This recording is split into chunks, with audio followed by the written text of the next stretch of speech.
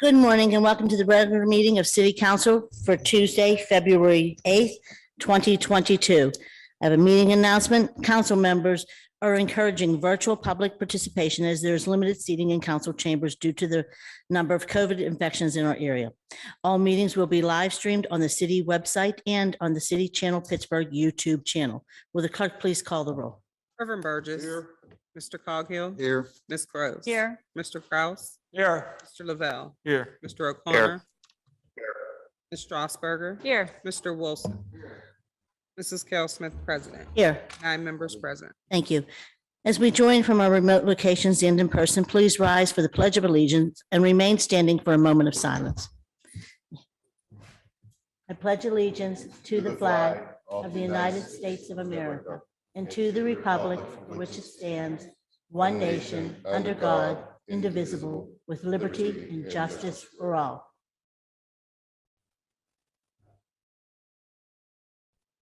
Okay, and our next order of business, please sit. Our next order of business is to amend the agenda. We have 7 items that need added to the agenda this morning. Is there a motion to amend the agenda and to add these 7 items? So moved. Second, any discussion? All in favor? Aye. Items will appear on today's agenda. Thank you. And our next order of business is proclamations to be presented. We have one from Councilman Lavelle. Councilman Lavelle? Thank you. Thank you, Councilman.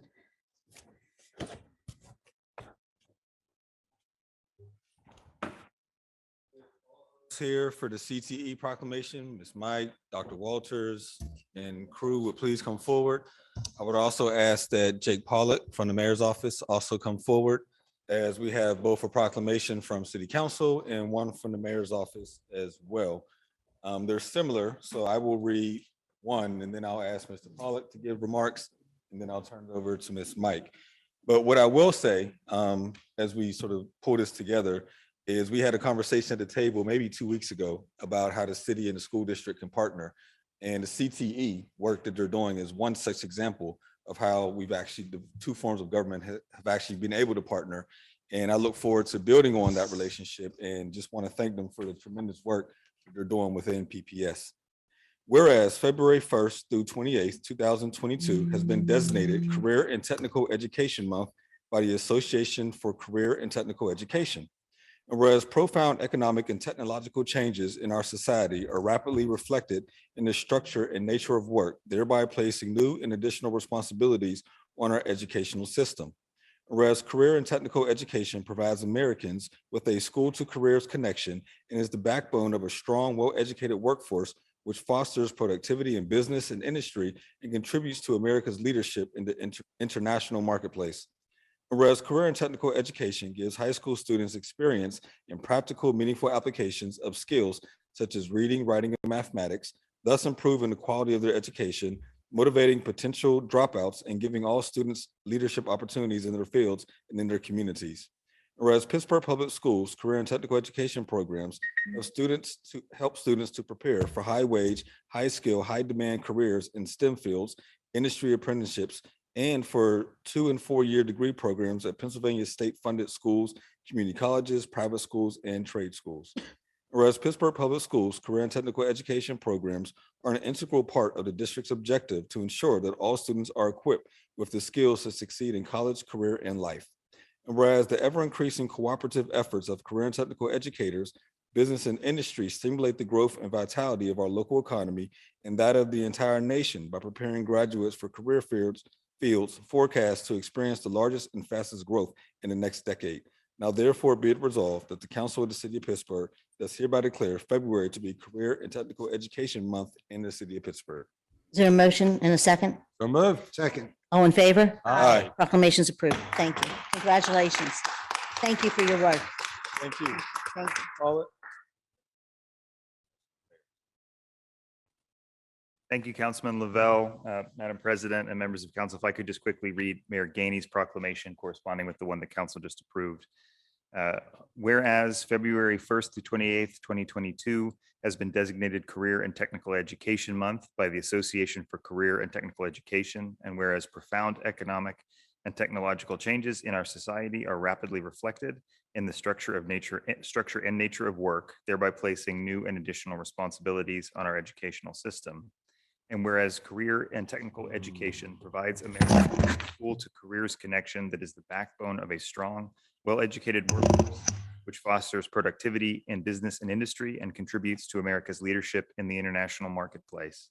And whereas career and technical education gives high school students experience in practical, meaningful applications of skills such as reading, writing, and mathematics, thus improving the quality of their education, motivating their potential dropouts, and giving all students leadership opportunities in their fields and in their communities. And whereas Pittsburgh Public Schools career and technical education programs have helped students to prepare for high wage, high skill, high demand careers in STEM fields, industry apprenticeships, and for 2- and 4-year degree programs at Pennsylvania state-funded schools, community colleges, private schools, and trade schools. And whereas Pittsburgh Public Schools career and technical education programs are an integral part of the district's objective to ensure that all students are equipped with skills to succeed in college, career, and life. And whereas the ever-increasing cooperative efforts between CTE educators, business and industry leaders, and post-secondary education institutions stimulate the growth and vitality of our local economy and the entire nation by preparing graduates for career fields forecast to experience the largest and fastest growth in the next decade. Now, therefore, I, Ed Gainey, Mayor of the City of Pittsburgh, and the Council of the City of Pittsburgh do hereby proclaim February 1st through 28th, 2022 as Career and Technical Education Month in the City of Pittsburgh, and urge all citizens to become familiar with the services and benefits offered by the career and technical education programs in this community, and to support and participate in these programs to enhance their individual work skills and productivity. I would also just like to thank once again Councilman Lavelle for partnering with us on this initiative, and congratulate the folks from PPS on this important milestone. Thank you. Congratulations again.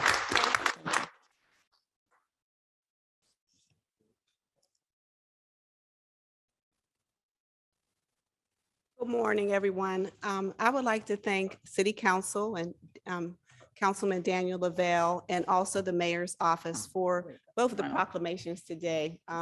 It really means a lot to us at Pittsburgh Public Schools that we are recognized for Career and Technical Education Month. It's a very important month, and we share CTE Month, of course, with Black History Month and also Heart Month. So it's a great month, the month of February.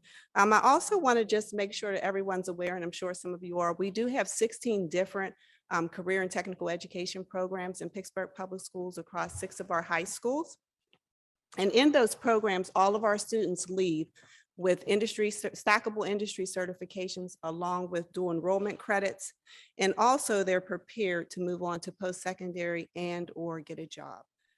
So we prepare them to make sure that they have economic and mobility in this time where they can take that nationwide, those industry certifications, and they're stackable. So it doesn't stop there. Students can continue on after they leave us and graduate, and we encourage that. I also want to talk just a little bit about, if you don't know a lot about career and technical education, we do have a virtual tour online on PPS's website. Feel free to look at the virtual tour. If you'd like to come in, we'd be happy to have anyone to tour our labs. And I encourage families to really look at it because there are a lot of viable options in Pittsburgh Public Schools in career and technical education for families and students. And I'll just leave with this in the spirit of Madam C.J. Walker, who said, "I got my start by giving myself a start." I encourage students to give themselves a start, possibly if interested in career and technical education. Thank you, everyone. Thank you. Thank you so much. Anyone else? You did a great job. Anyone else? We should hear from. That's it. Congratulations. Thank you, everyone, for all the work that you do in Pittsburgh Public Schools. We appreciate it.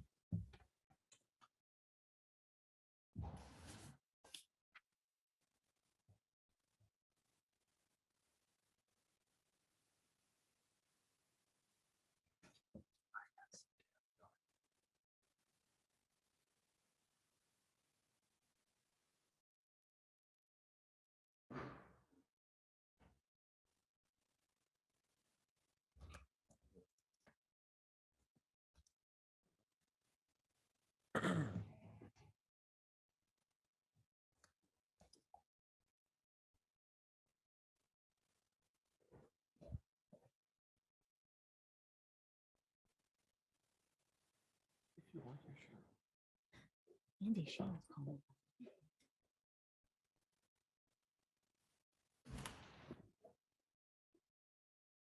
And can I have the friends from the Old Stone Tavern come forward, please?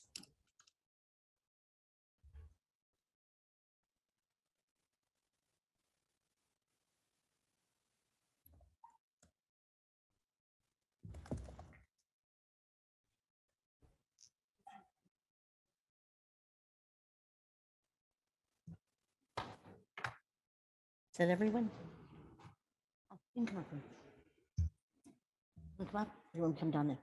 I can do either. Yeah, come on.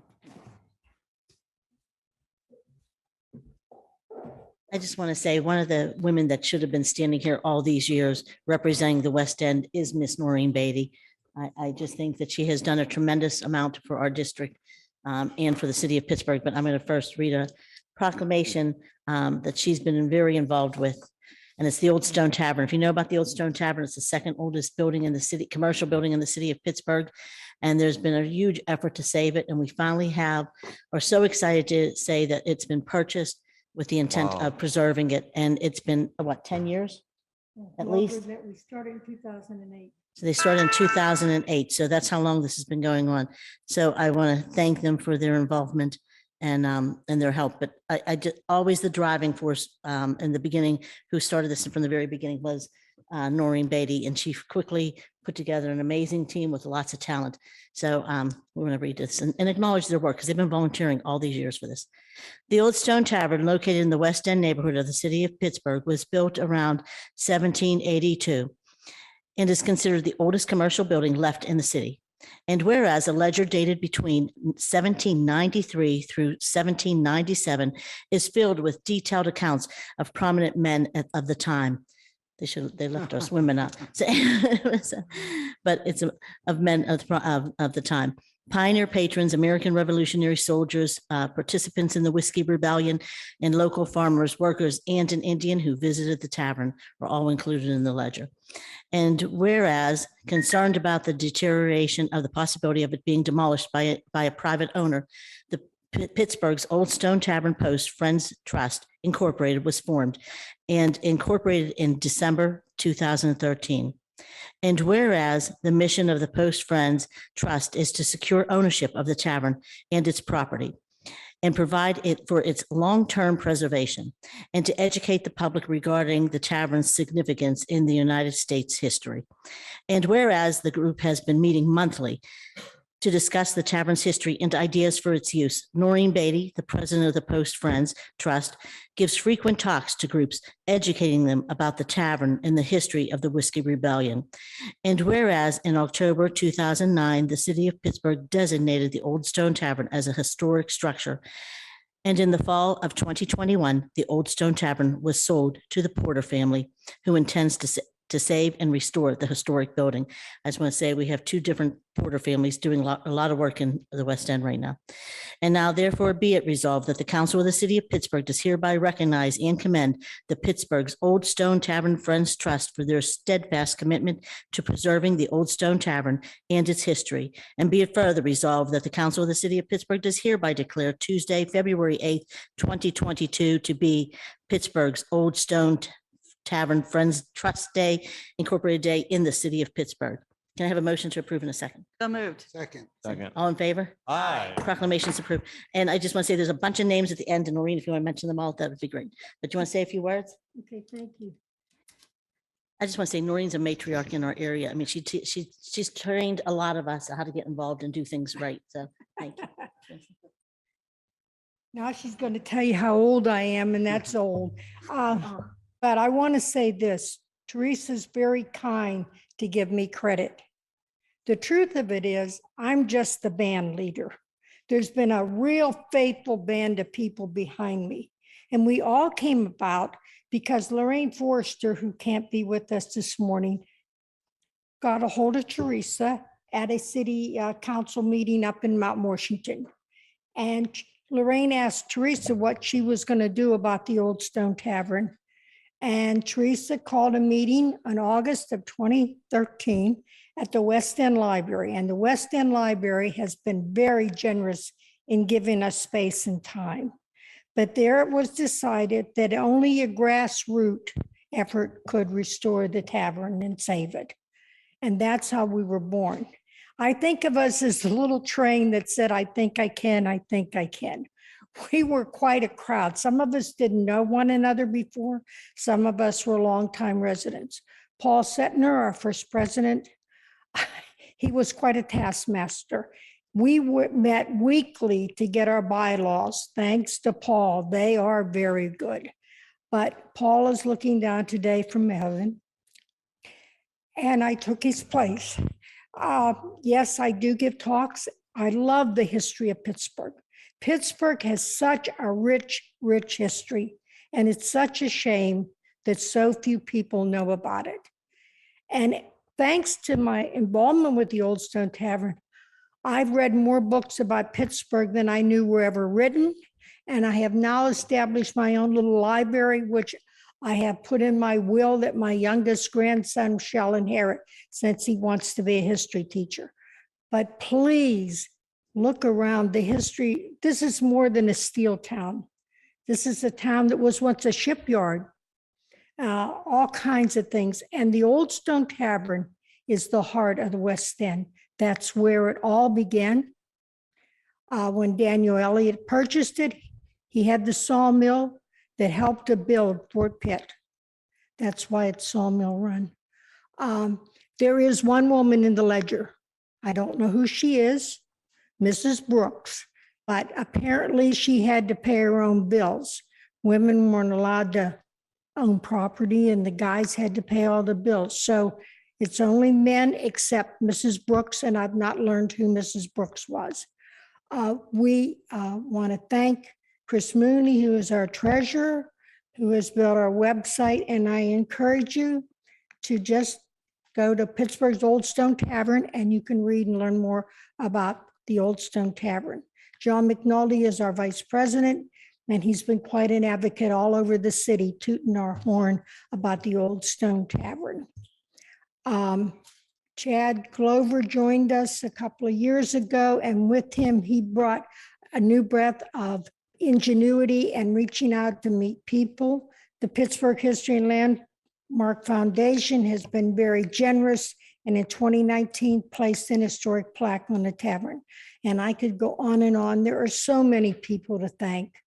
People from all over the nation have sent us notes of encouragement and contributed to our funds. We look forward to working with the Porters in their endeavors, and we truly believe that this is a chance to bring new life and rebirth to not only the West End, but the entire West End section of the city of Pittsburgh that I so dearly love. Thank you. Thank you, Teresa. Did you guys want to add any comments? And then stay up here because we have one more.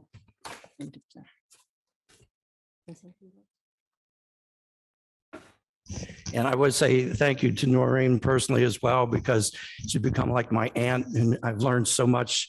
I live in the West End in Elliott, and 10 years ago, I gave up, I started a new experiment by not owning a car just to see what would happen. And I got to meet a lot of people. And then I gave up the internet long before it became a thing. And I started hanging out at the library. And that's how I heard about the Old Stone Tavern, this group. So I got involved. So the more we can develop ecotourism infrastructure, the more people can get outside. And just on CBS morning show that doctors are now writing prescriptions for getting out to nature. And that coincides with saving historic buildings. As you may know, that there's now a bike lane coming to the West End. If we can get tourists in there, it's a sustainable economy. And, it brings people more to Emerald View Park and Seldom Seen. And it's something for you folks in Eastern PA, East Pittsburgh and all your neighborhoods, that the West End has a lot of cool things to come and see. So come and check us out in the Ledger from the 1790s is now nationally recognized, and it's now part of a National Historic Trail that's bringing a convention here in August. So more update on that real soon. So thank you so much. Yeah, we're going to take a photo, but right after I present one more proclamation.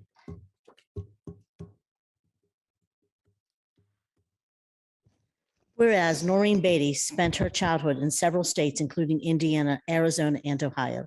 Once Noreen graduated high school, she moved to the West End neighborhood of Pittsburgh, where her mother called her home. And whereas Mrs. Beatty began working at Mellon Bank and continued to work in the accounting field, doing payroll for a number of companies in the Pittsburgh area. And whereas Noreen married and lived in Elliott, raising her 4 children, and she became very involved with her children's activities and schools. And whereas she volunteered as a den mother of PAC 87 and was a parent rep for Thaddeus Stevens Elementary School and Greenway Middle School. And she also became a chairperson for Langley's cluster of schools for 1 term. And whereas Noreen was president of the National Association of Neighborhood Schools for 3 years, and in the late 70s, she ran for Pittsburgh Public School Board. And whereas Mrs. Beatty held a variety of offices in the West End Citizens Council and from 2008 to 2021, and she's the president of the Old Stone Taverns Trust Incorporated, a nonprofit organization whose mission is to preserve the Old Stone Tavern located in the West End, which we just heard about. And whereas Noreen is the proud grandmother of 8 grandchildren and 1 great-grandchild, and now therefore be it resolved that the Council of the City of Pittsburgh does hereby commend Noreen Beatty for her many years of community involvement in helping to preserve the oldest commercial building in Pittsburgh. And be it further resolved that the Council of the City of Pittsburgh does hereby declare Tuesday, February 8th, 2022 to be Noreen Beatty Day in the city of Pittsburgh. Do you have a motion to approve in a second? Motion to approve. Second. All in favor? Congratulations, Noreen. Thank you, Teresa. You deserve it. You more than, I wish I could give you more than probably Oh, deserve. Thank But now you. you're part of Pittsburgh's history for real. Do Thank you. you want to say anything else? No, no, I am just me. And I was so glad to hear about the people before us who received their, because I truly believe in education. Education, which knowledge is something that no one can take from you. You can own the biggest house and it can burn down tomorrow. You can have the greatest job and the company can move. But what you know, no one can take from you. So my heart has always been with kids and education. And if I could say anything to the Pittsburgh Board of Education and the state of Pennsylvania, shame on you that you do not teach Pittsburgh and Pennsylvania history in your schools. I learned my love from history from Arizona, where we were forced to listen to Arizona history. So if you want to know about the Indians and the Apaches and Cochise and all, I know a little bit about that too. But that's where my love began for the city, for history, and I've carried it forward for my love of Pittsburgh. My mother was a native. My dad asked her what she wanted for Christmas, and she said, I want to go home. And that's what got me here. So thank you very much. Thank you, Noreen. Thank you. No, thank you. You deserve it. Can we take a photo together? Oh, okay.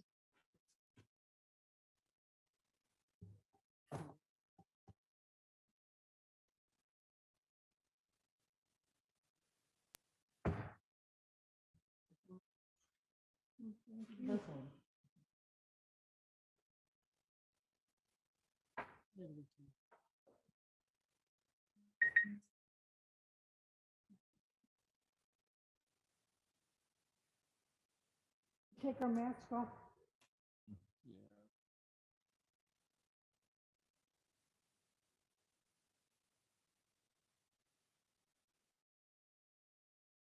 Thanks, Teresa.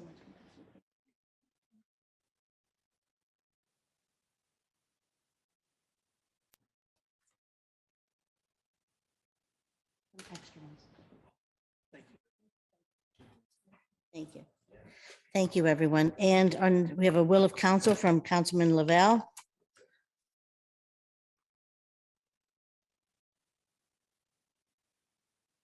Needle exchange. Oh.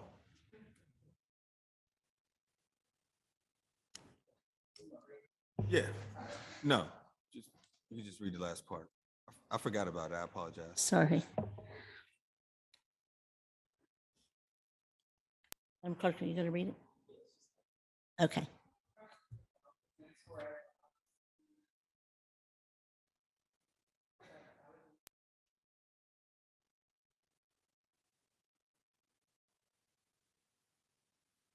I'm sorry.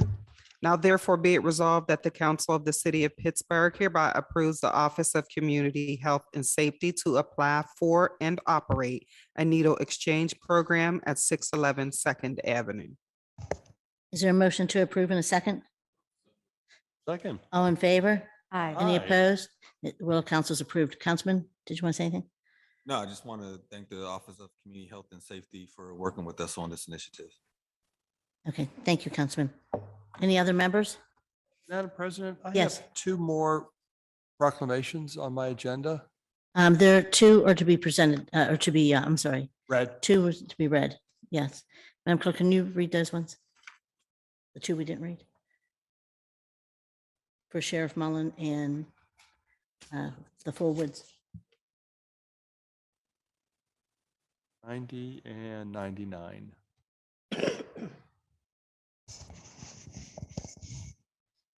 Council President Teresa Cal Smith presents Bill number 90. Now therefore be it resolved that the council of the city of Pittsburgh does hereby commend Majors Ernest and Vanessa Fullwood for their selfless service to the Salvation Army and the city of Pittsburgh. And be it further resolved that the council of the city of Pittsburgh does hereby declare Saturday, February 12, 2022 to be Majors Ernest and Vanessa Fullwood Day in the city of Pittsburgh. Council. Can we have a motion to approve in a second? So moved. Second. Any discussion? All in favor? Aye. Proclamation's approved. Council President Cal Smith also presents Bill number 99. Now therefore be it resolved that the council of the city of Pittsburgh does hereby congratulate Sheriff William P. Mullen on his retirement and recognize him for his outstanding public service, professionalism, and commitment to the city of Pittsburgh and the Allegheny County Sheriff's Office. And be it further resolved that the council of the city of Pittsburgh does hereby declare Saturday, February 12, 2022 to be Sheriff William P. Mullen Day in the city of Pittsburgh. Is there a motion to approve in a second? So moved. Any discussion? Second. Second, any discussion? Nothing. All in favor? Aye. Proclamation's approved.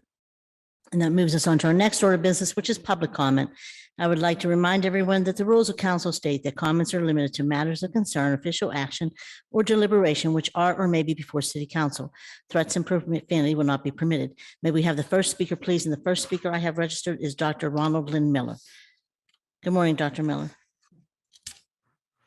Dr. Ronald and Miller, Bell Silver, Springfield, Illinois, Masaru, Lesotho, Global Intelligence Society, U.S. National Candidate 2024, globalintelligencesociety.org.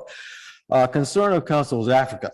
February 2022 is African Intelligence Month, GIS RLM copyright 2012 and 2022. I and the GIS seek a link with Masaru, capital of Lesotho, which is first in gender equality in Africa. A concern of the All-DP Democratic Party Pittsburgh City Council, gender equity. Council supports the Gender Equity Commission and Prototype Pittsburgh. Equality, all of us united, same value in law, United States Constitution, yes. Equity, some leveraged, divided against others, no. The Democratic Party USA in Pittsburgh are using inequality to get equity. Intersectionality theory, IT, is key. Primary reference, Kimberly Crenshaw, demarginalizing the intersection of race and sex, 1988.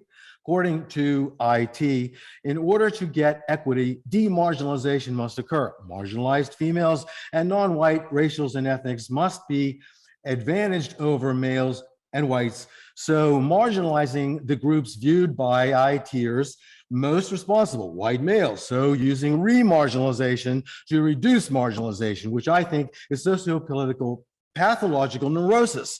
Is lawless, anti-constitutional war against white males by female supremacists, intersectionalist sex-gen entities like Pittsburgh Gender Equity Commission, the GEC, and Prototype Pittsburgh PP, institutionalized sexism plus racism to combat sexism by insisting on sexist, racist, unequal, non-protection of white males under the laws, violating the USC Amendment 14 Equal Protection Clause.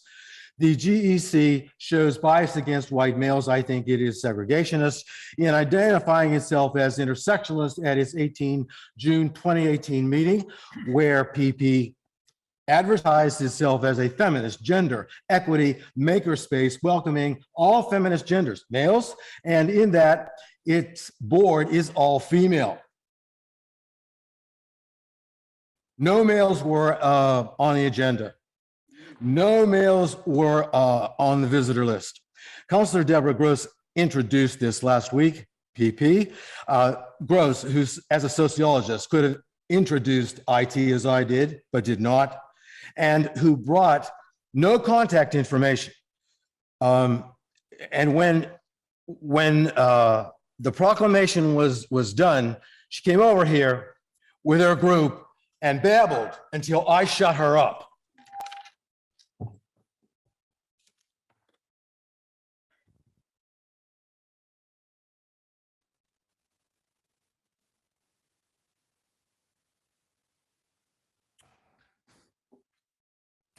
Can I have the next speaker, please, Mr. Ludwig? We have another registered speaker, please. We have Ikahana Makina. We have a speaker on the phone. Ikahana Makina. I, Can you hear me? oh, a speaker on the phone. Why, of course. She said you can be next. I'm sorry, Ikahana Makina, please go on. Thank you. Can I be heard? Yes, you can. Okay. Greetings, peace, light, and love.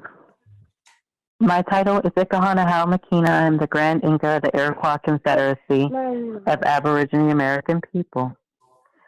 It is an honor to be a trailblazer, to continue the work of my ancestors, who fought hard and long to keep our culture pure and intact, our traditions sacred and free from colonizers' influence. It is our duty, it is our right, to ensure that our rights are always protected and that future generations have the freedom and liberty to enjoy our land and resources and not face forced assimilation, tyranny, and genocide. For we are the Onkwe Homwe. We are the Rotunosuni, the protectors of the water, the air, the land, the plants, the trees, the animals, the birds, and the minerals as well. Our people have stewarded our land since time immemorial, as set forth in numerous congressional records, such as House Congress Resolution 331, House Joint Resolution 3, Senate Cong Resolution 76, and a host of other documents. The United States and its subsidiaries, to include the city of Pittsburgh, along with other municipal authorities, have a fiduciary obligation and a moral obligation to protect our rights and provide redress for the multitude of depredations and ill-conceived policies that have caused my people direct harm. We are here to open up dialogue and to help facilitate that process. I would like to applaud the newly elected Mayor Ed Gainey and those responsible for implementing the tech education program or continuing to enhance it. For as been stated already that there are 16 programs that are already running, and I was wondering what the statistical information would be to find out whether these programs are working. And I also want to note that you should also consider implementing them in the middle schools as they once were when I came up through the Pittsburgh Public Schools. For the young people are very impressionable at that age, and their minds began to get set at this young and impressionable age. We want to catch these children before other organizations or outside influences began to deposit their thought process into these young minds. We want to make sure that they gain an interest in some of these trades. I've been a proponent for speaking out about these trades on city council numerous times and about the education system. So I applaud those who are directly responsible for this. Thank you. And our next speaker, please. Well, Mr. Ludwig and then Ms. Brown. Thank you, Ms. Brown. Good morning. My name is Les Ludwig. 6589 Rosemont Street in Squirrel Hill. And I take great pleasure in presenting to you some background because there are many of you who are new to this room, at least from the point of view when I was here regularly for almost 20 years. If we go back to 1955, you'll say, my gosh, no, you weren't in Pittsburgh then. Well, that's true. Where was I? I was in Philly calling the Department of Education and attended 3 meetings in Washington, D.C. to initiate what I thought would be free college education for all the students in the country.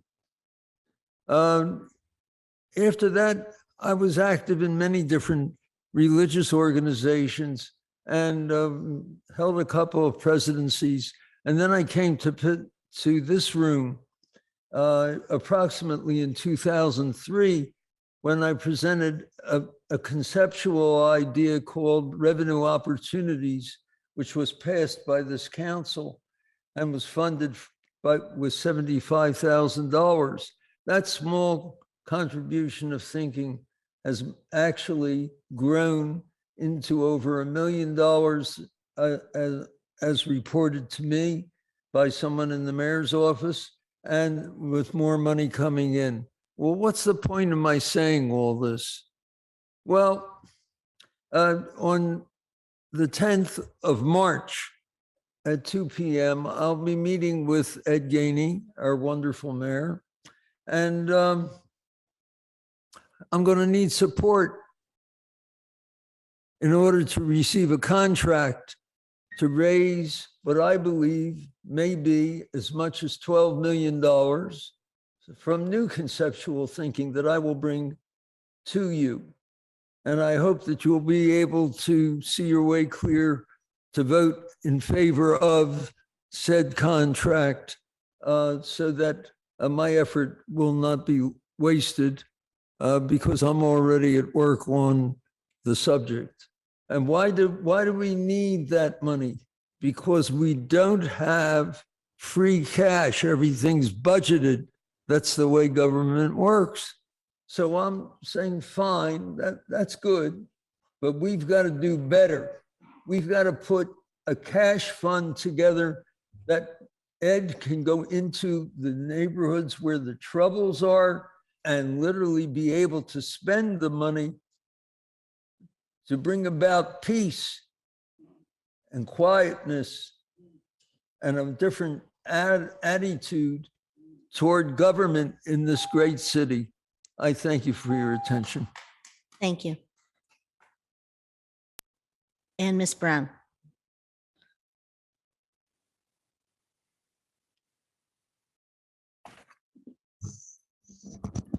My name is Yvonne F. Brown. I live at KD Rivers Tires up in the Hill District, at the top of the hill, this senior citizens home. I wanted to come today with a different spirit because I've been praying for you and on you, asking God to move my heart because I have some harsh feelings for the way that you treat me.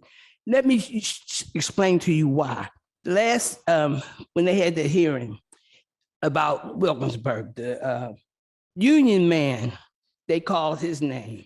I sort of walked past and he smiled. He said, Mrs. Brown.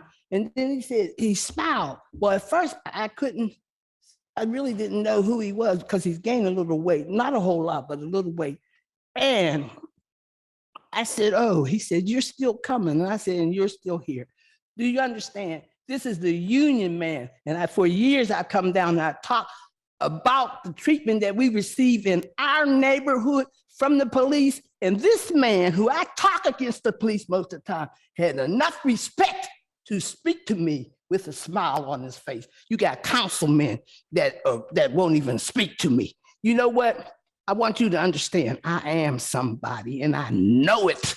And I try to teach my grandbabies. And when every time I think about Mr. Burgess, when he said that she has not the right to speak for a little Black child who at that time was homeless and suffering problems, and he's going to say that. I'm upset because you hear the white lady from the Old Town Tavern. She spoke about, she's keeping them papers for her generations behind. And I want you to understand, you brag on your new clerk. How come we don't have the proclamations like we did? It's not that many people coming. Yous are so lackadaisical. Also, the printing. I worked as a secretary, reception secretary. This little writing, she's made the writing small. My eyesight is going. And this little writing, I thought the paper said that she was supposed to make it in large writing so that the people that can't see, we're old and we're up in age, but I'm telling you, they brag on you on what you did. You may have put stuff in order. Plus, also, when the people come down here, and I'm at the meeting, and you pass out papers to the city council, I'm trying to take notes. I asked the young clerk if I could have a paper. I go follow him back there because the lady, one councilwoman, she didn't take her paper package. I go, he goes and he left. I said, but you got to get permission.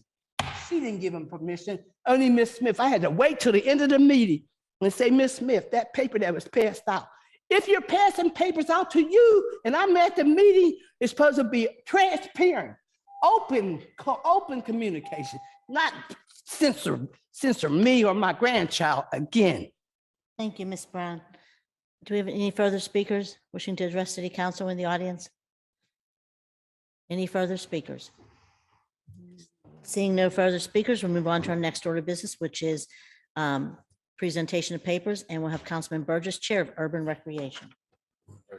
Thank you, Councilman.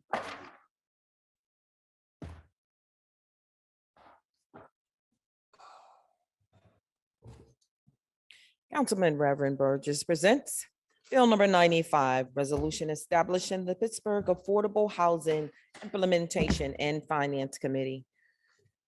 Thank you. And Councilman Coghill, Chair of Public Works. Thank you, Madam President. Thank you, Councilman.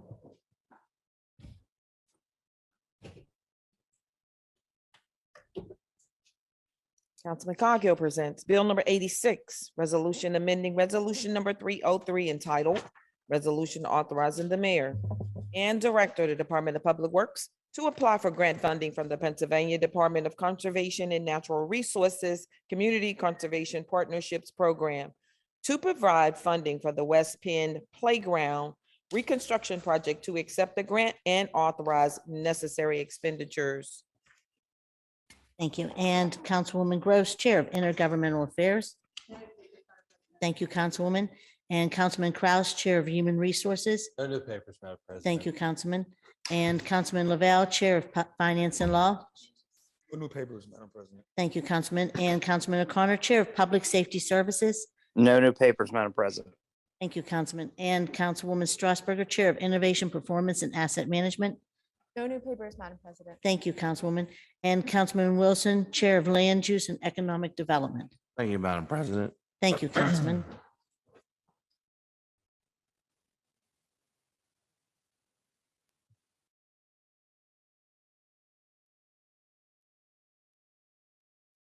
Councilman Wilson presents Bill number 88, ordinance amending the Pittsburgh Code Title 9, zoning Article 1, Section 90203 zoning map by changing from R1AH, residential single unit attached high density, to LNC, local neighborhood commercial, a portion of one parcel in the Allegheny County block and lot system, 9th Ward. Bill number 93, ordinance amending and supplementing the Pittsburgh Code Title 4 Public Places and Properties, Article 11, Parks and Playgrounds, Chapter 473, Use Regulations, Section 47303, Traffic. Thank you. And myself, Chair of Hearings, I have one communication. Madam Clerk, thank you. Council President Kell Smith presents Bill number 89, communication from Jeff Pollock, Director of Office of Management and Budget, submitting a $2,293 donation from the Pittsburgh Foundation to the Department of City Planning for conservation work to the Vietnam Veterans Memorial. Motion to read, receive, and file, please. We have a motion. Do we have a second? All in favor? Aye. Communications approved. Thank you, Councilman. And we have one appointment, and that's the Director of Public Safety. Bill number 91, resolution appointing Lee Smith as Director of the Department of Public Safety. Motion to hold for interview, please. Thank you. In a second, Second. all in favor? Any discussion? All in favor? Aye. I would just say that the interview is scheduled for tomorrow, I believe. Correct, Madam Clerk? Is it tomorrow? Yeah. I just want the public to know. Tomorrow, it's before our regular meeting. It's pre-agenda tomorrow. So before tomorrow at 9:30. And we will also take our council photo tomorrow around the same time, so make sure everybody's here. Thank you. And one informing, Madam Clerk? Council President also presents Bill number 94, resolution informing City Council of the reappointment of Sylvia Fields to the Board of Directors of the Allegheny Regional Asset District for a term of 5 years ending December 31st of 2026. Motion to read, receive, file, brief discussion, please. We have a motion. Do we have a second? Second. Discussion, Councilman? Madam President, Madam Clerk, is this the mayor's appointment to the RAD board? Right? And it's a reappointment. It is, and they asked us to, they inadvertently, she was inadvertently removed, it's my understanding, but she was doing a great job. They just want to keep her on and don't want to have any interruption, so. Yeah. It's so important for the public to know the importance of the RAD board Yeah. and the amount of funding that is distributed through the RAD board, and the fact that the Carnegie Library, forgive me, is I think the largest recipient of the RAD dollars that do come in, and that these are not appointments to be taken lightly. They make very, very major decisions on equitable distribution of large tax dollars. I agree, and I wouldn't mind having a post agenda. I just want to get this. Of proclamation, course, this person no, I moved. wanted to make certain Yeah. that this was the mayor's Yeah. appointment to the RAD. I would love to have a post agenda about it, because I think we all want to know about, a little bit more about that, a little bit more about Connect. I think, we should keep on those, all Sure. those things. Yep, thank you very much. Okay, thank you so much. Any other discussion? All in favor? Aye. Oh, I'm sorry, Thank you, and congratulations, and thank you to her willingness to serve. And any unfinished business before council? Is there any unfinished business? Seeing none, moves us on to our next order of business, which is reports of committee for final action. And we have Councilman Lavelle, Committee on Finance and Law. Madam President, Thank you, Councilman.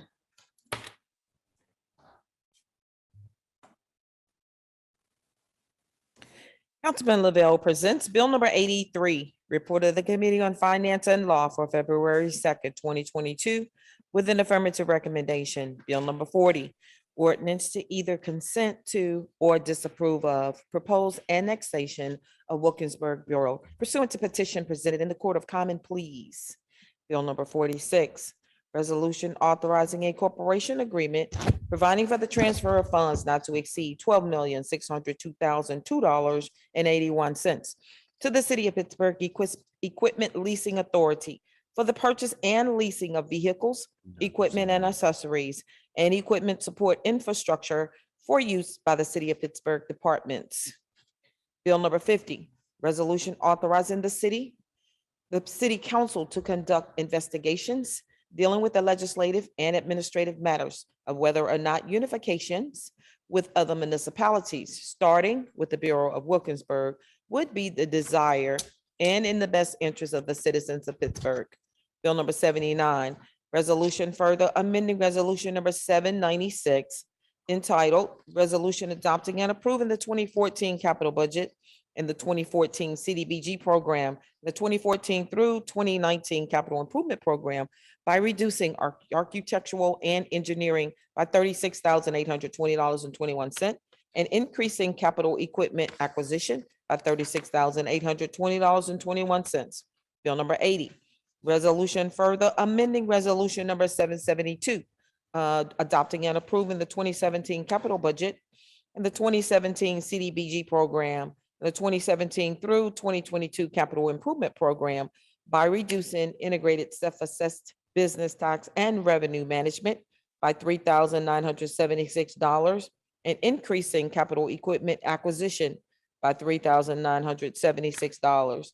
Bill number 81, resolution further amending resolution number 797, entitled Resolution Adopting and Approving the 2018 Capital Budget the 2018 CDBG program, and the 2018 through 2023 capital improvement program by reducing enterprise resource planning by $137,037.60 and increasing capital equipment acquisition by $137,037.60.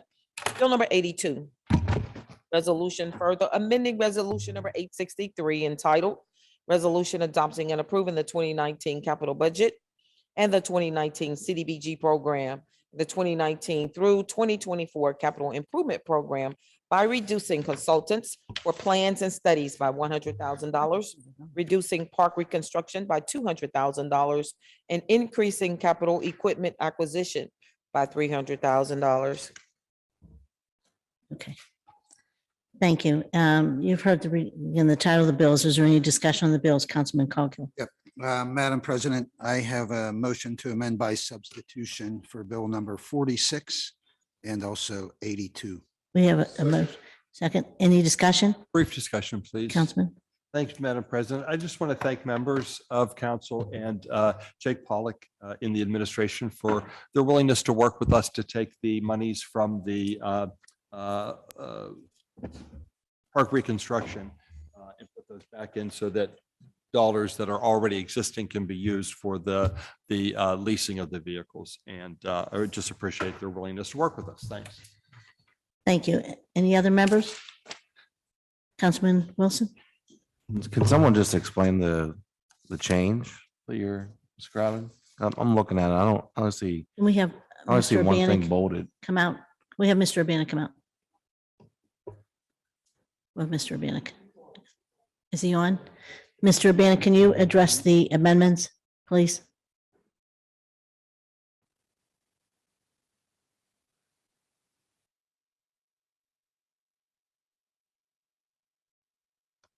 Yes, Mr. I'm Urbanek, sorry. I'm here. okay, yes. Could you please address the amendments under finance law for Councilman Coghill's presenting? Yes. Thank you. Basically, what the amendments do is put money back into Leslie Park reconstruction, and it frees up that $59,000. And that money will then be paid out of the operating budget. Okay. Okay. Is that what goes down? Or we just have that extra funds? There's extra funds put back in the amount of $59,000. Okay. Thank you. Any other members? Any other members? I just want to thank you all for working through this, and I want to thank you, Councilman Kraus, for making sure that you brought up that there were some concerns that we used a different pot of funding. So I want to thank you for that, but I want to thank Councilman Coghill for working with the administration on trying to come up with some solutions that are different than what we're currently seeing. And I know, this is short-term fix, but there's also a long-term fix here. And I just want to thank you all for working together to make sure that this happens for our residents. They don't want to hear any more excuses as to why snow removal is not done in the city.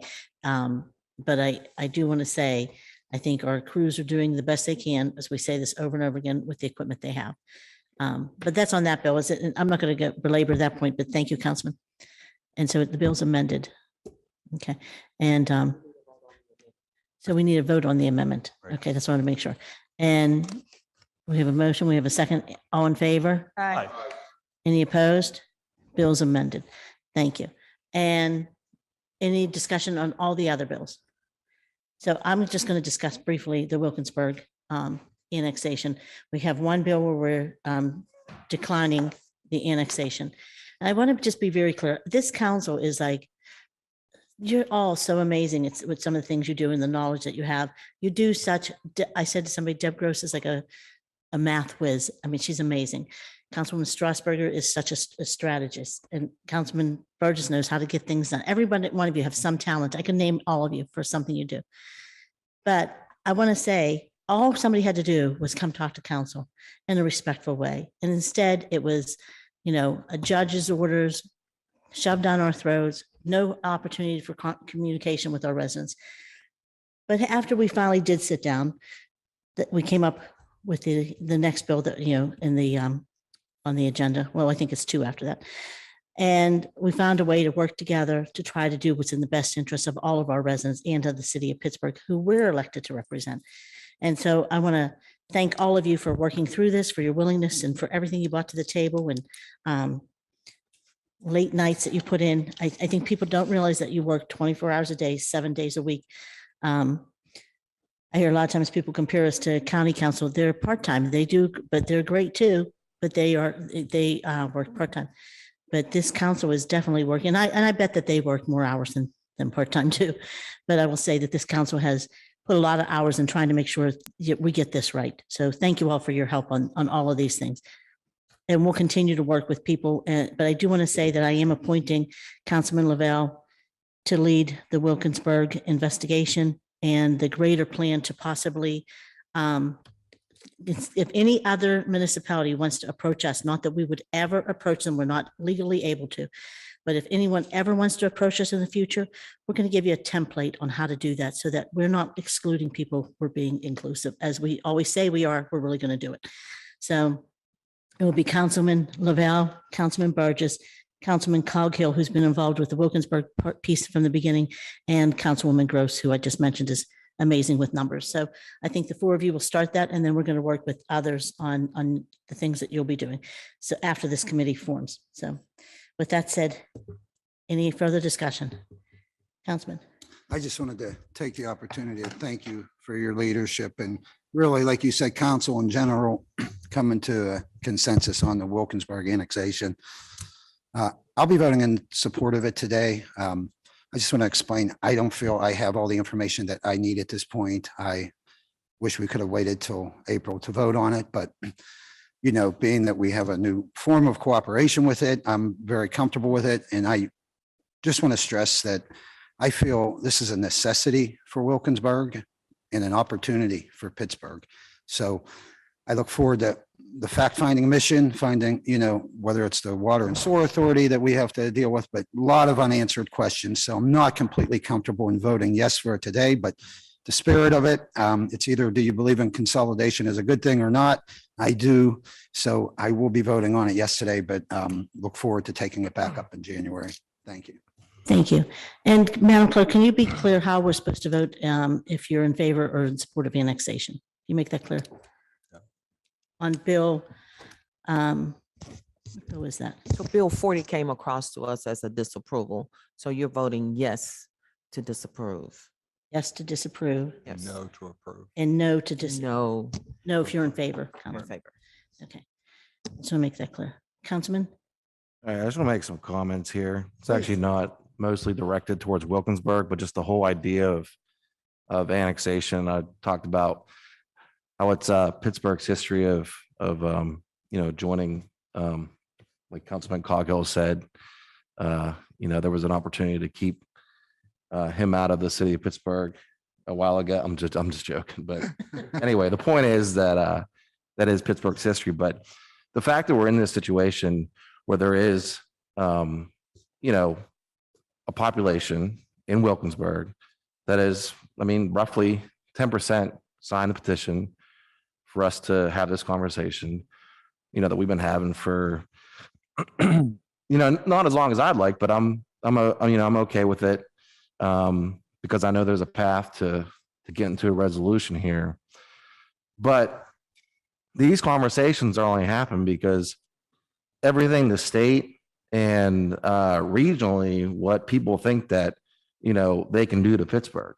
I mean, you take 65, 279, I mean, it ravaged, you know, neighborhoods and just like created suburbs, towns, cities that never existed before. And so the city of Pittsburgh has been, you know, taking the brunt of all these different situations that we've been faced with.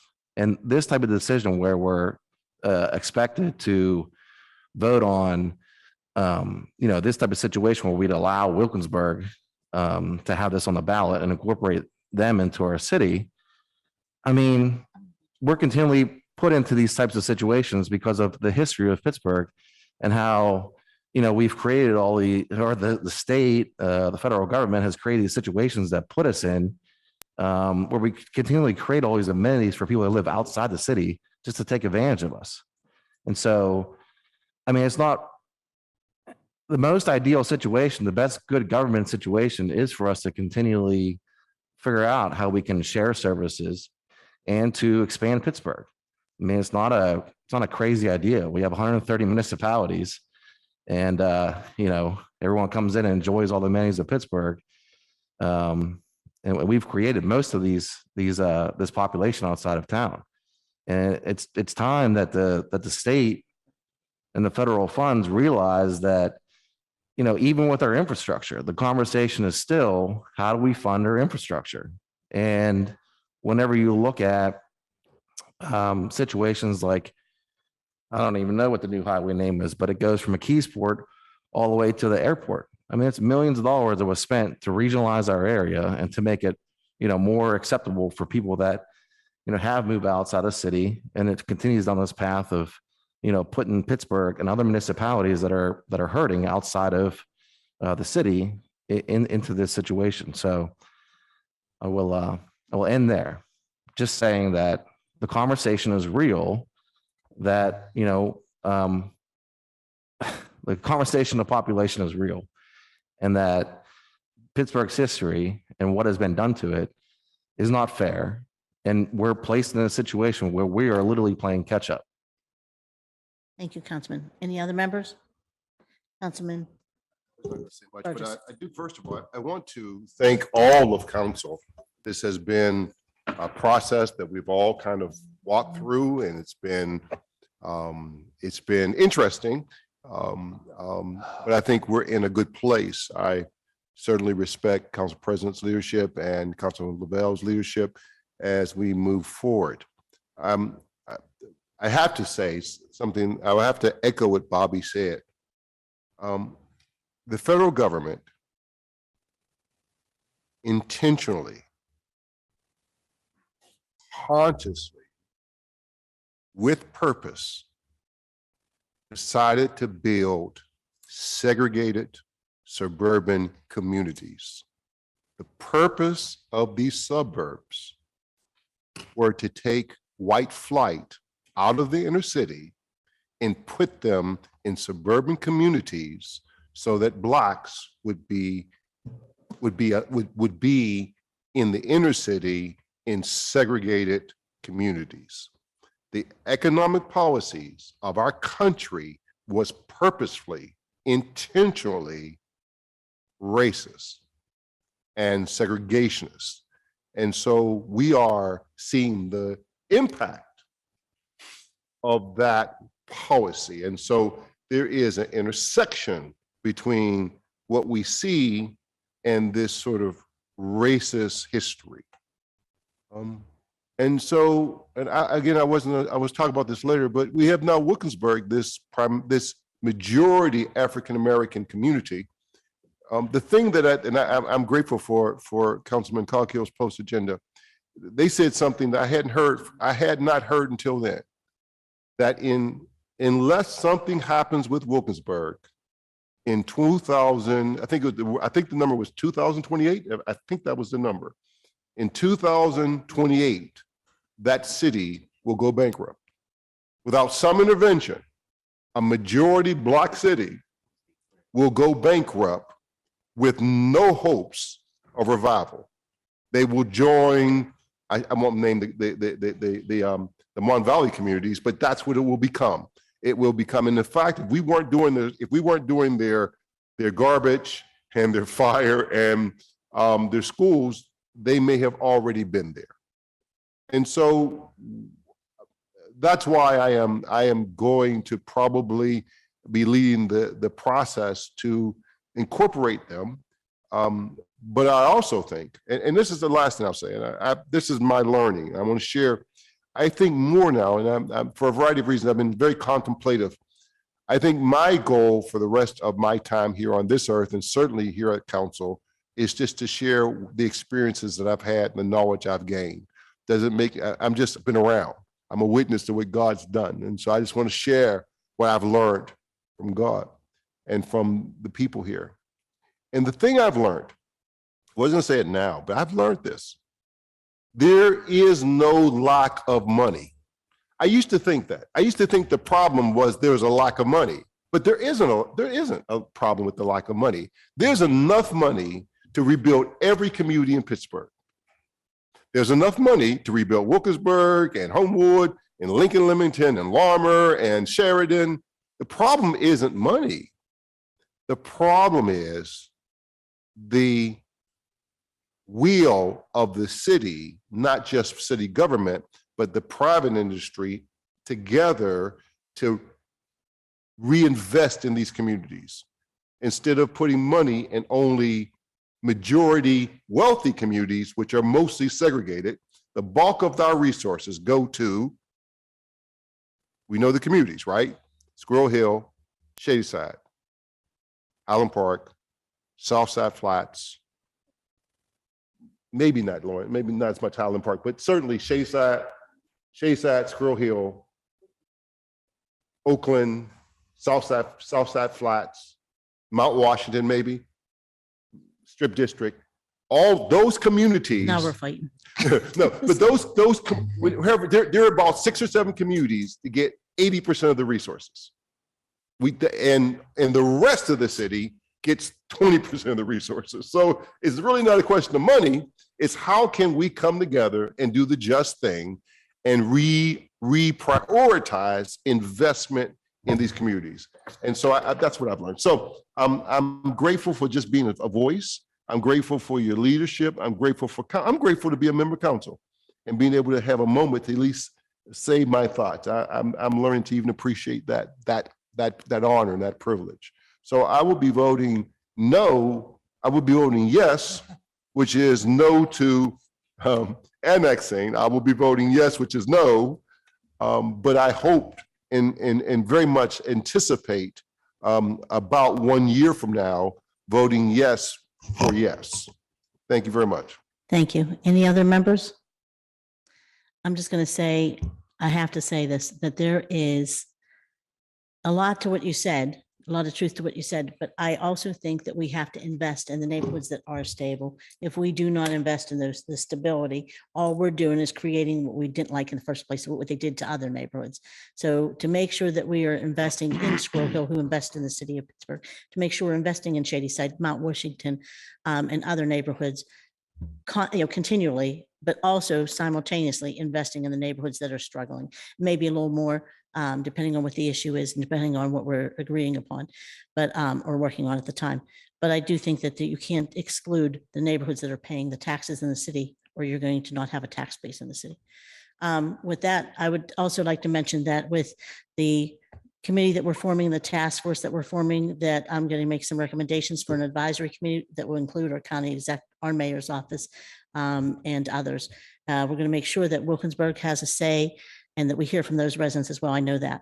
But each council member will have a responsibility in this process under your committee. So I want to make sure everybody understands that this is a council-led initiative. Every council member will be involved, and we'll work with the others on other levels to make sure we put a great advisory committee together, working with the task force in some recommendations. Any other discussion? Well, Madam Clerk, you call the roll. Reverend Burgess. Aye. Mr. Coghill. No, No on all bills? You'll be voting no on your I'm own. sorry. No on, that would be, Let's wait. Let's vote on, let's take the Wilkinsburg annexation first. How's that? So we're voting on Bill 0040 first. I'm sorry, Madam Clerk. Thank you. Reverend Burgess. Aye. Mr. Coghill. no, Ms. Gross. Aye. Mr. Kraus. Aye. Mr. Lavelle. Aye. Mr. O'Connor. No. Ms. Strasburger. Aye. Mr. Wilson. Aye. Mrs. Cal Smith, President. Aye. Aye, 7 noes, 2. Thank you. The bills having received the legally required number of votes is finally, is it passed? No, it's passed. It's finally passed. And I just want to say, we just turned down the annexation, proposed annexation of Wilkinsburg. And now all other bills, Madam Clerk. Reverend Burgess. Aye. Mr. Coghill. aye, Ms. Gross. Aye. Mr. Kraus. No on 50, aye on all remaining bills. Mr. Lavelle, Aye. Mr. O'Connor, Aye. Ms. Strasburger, Aye. Mr. Wilson, Aye. Mrs. Cal Smith, President. Aye. On bill number 50, ayes 8, noes 1, all other bills, ayes 9, noes 0. Okay, the bills having received the legally required number of votes is finally passed. And that moves us on to Councilman Bobby Wilson, Committee on Land Use and Economic Development. Thank you, Madam President. Thank you, Councilman.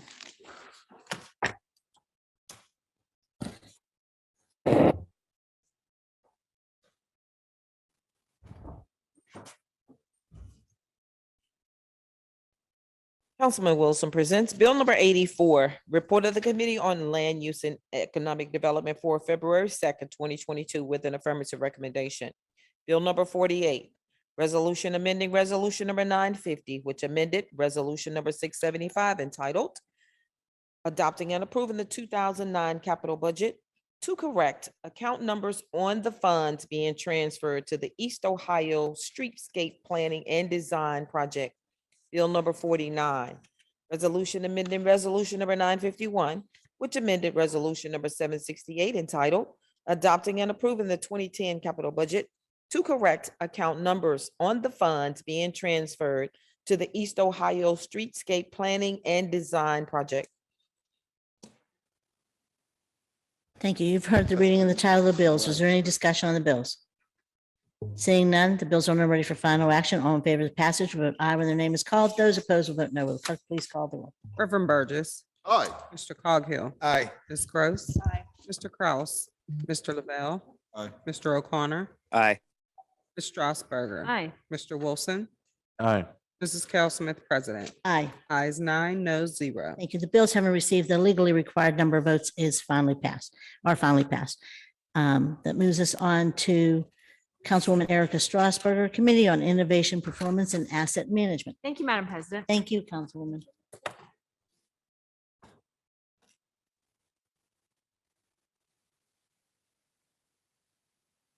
Councilperson Strasburger presents Bill number 85, report of the Committee on Innovation, Performance, and Asset Management for February 2nd, 2022, with an affirmative recommendation.